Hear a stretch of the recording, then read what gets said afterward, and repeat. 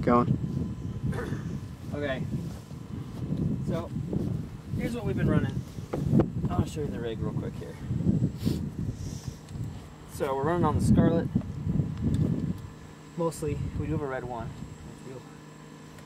Yeah, but I'm gonna pull this off. It's a handheld. It's a little dodgy today. Tighten some screws, looks like. Anyway. It's our tech phone. Oh, did it? Oh no. Okay, so here we are. The Scarlet running the red Pro Zoom 18-85. It's so freaking dusty here. I may not have a camera after the show because it may be all justified. Anyway, so standard setup, you know, rails. I did have to mod this mat box to fit on the Pro Zoom because it's got like a 120mm front on it, which is crazy. We have the red moat, which has been nice and convenient for we're doing a lot of you know, ATV stuff or somewhere like that, so you can roll and cut from remote or change settings if it's up a ladder or something. And then we have the side handle, which is convenient for the red volt batteries, but here's a note for all you Scarlet potential, either Scarlet or people who have them. The red volts suck. Terrible. The reason why I say that is because they really truly only last like 20 to 25 minutes at best. So unless you have 300 of them, which then it gets really annoying having to swap out. The director and the AD really get ticked off every 5 seconds when you're swapping out batteries. So we actually should have tomorrow the Switchtronics V-mount plate, which will go on this guy, so we can just run it for a few hours without even thinking about it. So here's the cool things that we have going. So we do have a V-mount plate, but this is for the remote follow focus that we have, and it's also running our monitor systems. And our monitoring system is the BOM EVF, which is run from the Red itself, which it's not mine. I wish I had one. It's still very awesome. We'll have to get one. But we're running up to the small HD for DP4 for the first AC or director's monitor if they're right next to the camera. Going HDMI, and then here's the cool part that we're running on this show is we're coming out of the DP4 into a HDMI wireless transmitter system. Now this is kind of the poor man's version of like the Teradek. It won't stream to like iPads and stuff, but on our other end of things, where is it? Here it is. We've got the little Lilliput 7-inch with the receiver end of the HDMI hooked up, so that we also have battery. These things run off 5 volts, the HDMI, so that's pretty much any USB powered, you know, battery device. It can be remote anywhere, which is nice. Cabling, it gets to be a big mess when you're stuck cabling with trying to get the director's monitor and all that jazz. So wireless is awesome. One thing I found, and I've harped on this so much, HDMI is just such a terrible format, but that's kind of what my price range is for the monitoring systems we have right now. I'd love to go HDSDI, but I just can't fork out the cash at the moment to do some stuff like that. So anyway, we've been using these swivel mount adapters. I don't know if you can see them right here. Whoops. Swivel mount adapters that kind of help with the tension on the HDMI, but they go downhill really fast just for the environment that we're in and the stress we put them on, we end up using, you know, I bought like 10 at the beginning of the show and we're down to like 3. It's only what, day 7? Yeah. So anyway, I've went to the local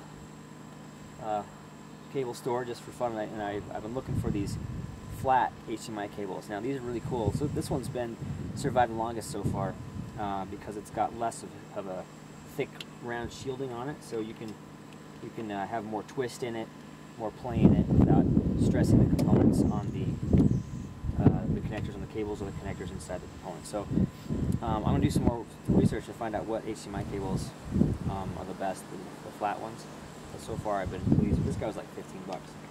I'm pleased with it. Now again, the dust is just killing us out here. Everything's just filthy and dirty. This is not a good example of how to keep your gear clean. Just we clean it off every night and it comes back in 2 seconds. It looks like you never cleaned it at all. It's so dusty and dirty out here. So some serious stuff out there. Oh, so really quick, I was just going to show one thing that is going to be really convenient. Again, with batteries, it's nice to have everything kind of centralized, especially on a show that you're doing a couple things at once. You want to make sure you don't have to go and swap out 600 batteries for different devices. So tomorrow we're going to have one V-mount battery running the camera. This one only has one D-tap. So I don't know if anyone is familiar with the D-tap. There's a D-tap. So this guy comes off of your V-mount battery. Sometimes there's one on the battery itself. Usually it's just off of the battery plate. So this plugs in, and this is just whatever the voltage off the battery is. At least this model is. And it powers peripherals. So this guy kind of got a little adapter going to the small HD. And then the cool thing is I'm going from the small HD, it has a powered mini USB, which gives me 5 volts out to the wireless HDMI. So this unit's all self-contained. Off you go, no cabling, no worrying about it. So that's super cool. So anyway, that's the rig we're mainly running on. Otherwise, we have a red one, which we can look at in just a second, as well as what you're looking at right now is a Lumix GH2, which we've done all of our action cam stuff, riding on ATVs, running through the woods, things that they're too heavy for the Scarlet or the red to just be strapped down on or run with or something like that. So, Kevin, you want to show off your red one? You do it. You want me to do it? You're a lot better. All right, come on, let's walk over here. Long take, let's do it. So the red one's pretty straightforward, but this is the